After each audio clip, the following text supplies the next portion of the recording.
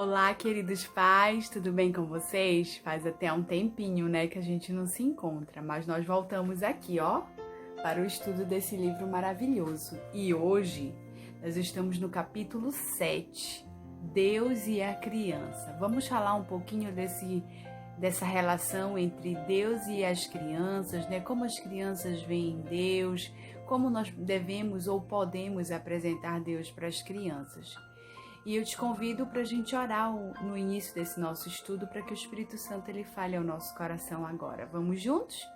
Querido Deus, estamos aqui, Senhor, para te pedir que o teu Santo e Bom Espírito fale ao nosso coração através desse capítulo maravilhoso. Que ele venha nos mostrar como podemos estreitar os laços dos nossos filhos, das crianças, para contigo, Senhor. Por favor, fala agora conosco, é o que nós suplicamos em nome e por amor de Jesus. Amém.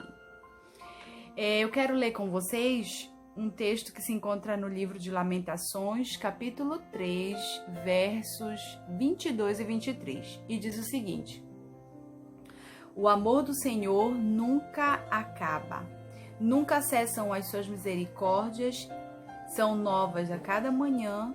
O Senhor, grande é a tua fidelidade. O amor de Deus, ele nunca acaba, né? E as suas misericórdias, elas se renovam a cada manhã. Isso é maravilhoso a gente poder saber e sentir isso. E isso que a gente precisa passar para os nossos filhos. A autora vem falando o quanto que é importante nos primeiros anos de vida, né?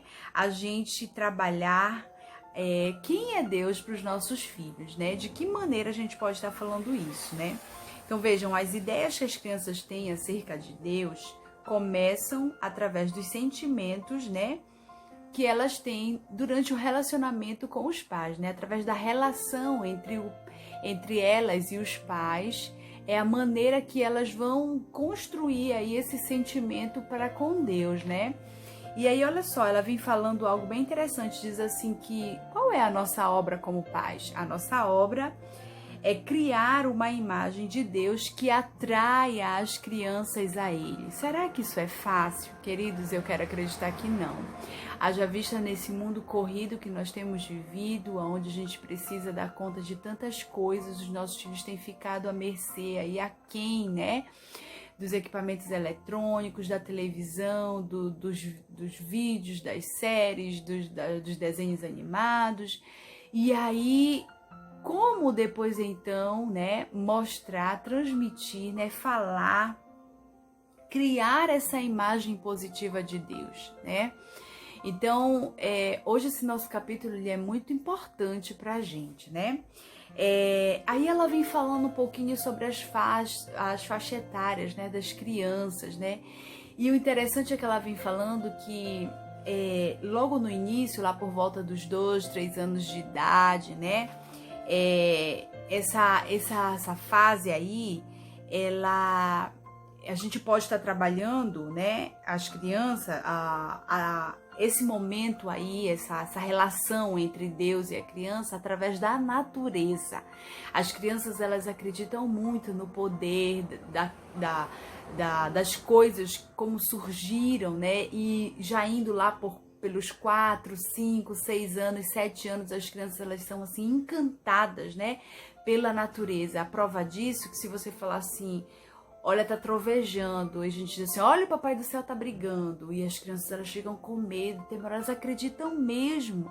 Por isso é importante a gente não associar, né, a chuva forte, trovoadas, né, com algo de que, olha, Deus está brigando, Deus está castigando vocês. As crianças, elas acreditam verdadeiramente, e vocês não sabem o mal que nós estaremos trazendo nessa relação entre o homem e Deus, né?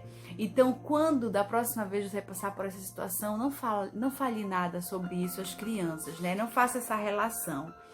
Bom, aí ela vem falando um pouquinho mais também, que lá por volta dos 6, 7 anos, é muito interessante a gente introduzir a lei de Deus, os 10 mandamentos, né? As crianças, elas têm facilidade, né, de entender o grande amor de Deus para nós, seres humanos, através da sua lei, né, com relação à proteção. Então, olha só o quanto é importante nessa faixa etária nós já introduzirmos a lei do Senhor, né? Os 10 mandamentos para as crianças, né? E lá, quando ela chega lá por volta dos 8, 9 anos, eu achei isso muito interessante, porque a gente visualiza isso no Clube de Aventureiros, né? Com 8, 9 anos de idade, as crianças, elas sentem desejo, vontade de trabalhar para o Senhor, né? Os projetos da igreja de entregar folhetos missionários, né? O livro missionário, as crianças, elas vestem a camisa e vão todas felizes, empolgadas, né? Então, a relação entre elas e Deus, ela começa a ficar estreita, essa relação. Quando eles encontram assim a oportunidade de servir a esse Deus maravilhoso. Olha a oportunidade que nós estamos tendo e que nós não podemos deixar passar, né? Então vejam só, nós temos aí a nobre missão de direcionar, né, essa relação aí, as crianças se aproximarem, né, com Deus, né? Bom, tem uma outra parte aí que ela vem falando com relação às crianças, como as crianças desenvolvem suas ideias acerca de Deus. Lá no capítulo 3 eu falei um pouquinho sobre os pais autoritários, né? Pais liberais. São 4 tipos de pais, né? Então agora ela faz essa associação com esses pais lá no passado. E ela diz o seguinte, olha só, os filhos de pais autoritários e dominadores tendem a ver Deus como um juiz que castiga, pronto para bater neles toda vez que fizerem algo de errado. Pais permissivos têm frequentemente filhos que veem Deus como alguém que distribui presentes, que os cobre de coisas boas, mas nunca espera nada como retribuição, nem mesmo um muito obrigado. Olha só que coisa preocupante, né? Dependendo da nossa maneira, de como nós agimos em casa, as crianças começam a ver quem é Deus, né? A criança de um lar negligente costuma considerar Deus como um rei de escultura de gelo, impressionante, com detalhes requintados e frios, sentado num trono muito acima do clamor das necessidades cotidianas. Já pais firmes tendem a apresentar Deus como imagens de um amigo celestial, carinhoso e aconselhador, como um urso de pelúcia, mas também protetor e prestativo quando a criança está aflita. Vejam, ela torna a ressaltar que os pais firmes, né, demonstram mais esse Deus verdadeiro, esse Deus, né, de amor, né, de justiça, mas também de amor, que abraça, que se preocupa comigo, né, diferente dos outros pais, do permissivo, do liberal, né, e do autoritário. Que nós venhamos a desenvolver esses pais firmes, né, porque a firmeza com amor, ela faz com que as crianças reflitam, né, no caráter de Deus. Olha só que coisa maravilhosa. Assim, durante a adolescência e a fase adulta, nossas ideias a respeito de Deus se tornam uma mistura de experiências da infância com nossos pais, nossa visão ideal daquilo que desejamos que eles tivessem sido e do que aprendemos sobre Deus através do estudo da sua palavra e por nossa experiência pessoal com Ele. Vejam só, aquilo que nós aprendemos na infância tem muito a ver com o que nós vamos ver, né, experimentar, ter a nossa experiência com Deus na fase adulta. Então, é por isso que nós precisamos, né, construir essa imagem positiva agora, na fase inicial da vida dos nossos pequenos, né? Vejam, ela fala sobre algo bem interessante também, uma diferença entre meninos e meninas, né? Vocês sabem que os meninos, né, eles veem Deus, né, identificam mais com o poder e a autoridade de Deus. Já as meninas, elas veem como bem aqui, cadê? Já as meninas reagem mais com o amor de Deus. Olha só, né? Razão e emoção. Então, às vezes, se nós falamos somente desse Deus aí, do poder, da autoridade de Deus, pode ser que as meninas não se identifiquem muito. E se nós falarmos só do amor de Deus, né? Pode ser que os meninos também não se identifiquem. Então, olha só o equilíbrio que nós precisamos ter, né?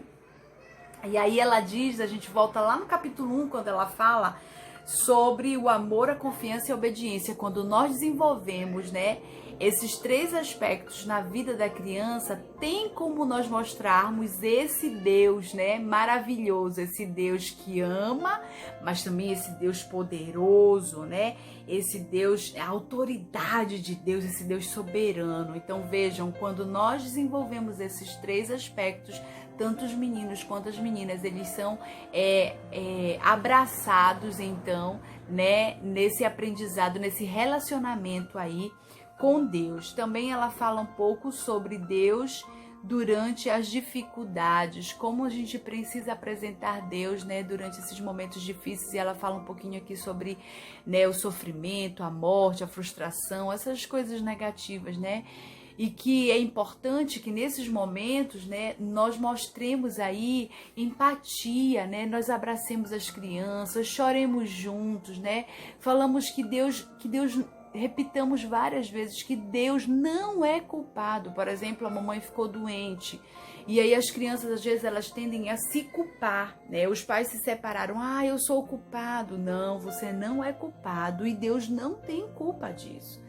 E de uma maneira bem assim acessível à idade, que nós venhamos a explicar a situação e não deixemos que isso fique aí, né, na mente, que a mente fique divagando, né? Hoje a gente tem falado muito sobre depressão na infância, né?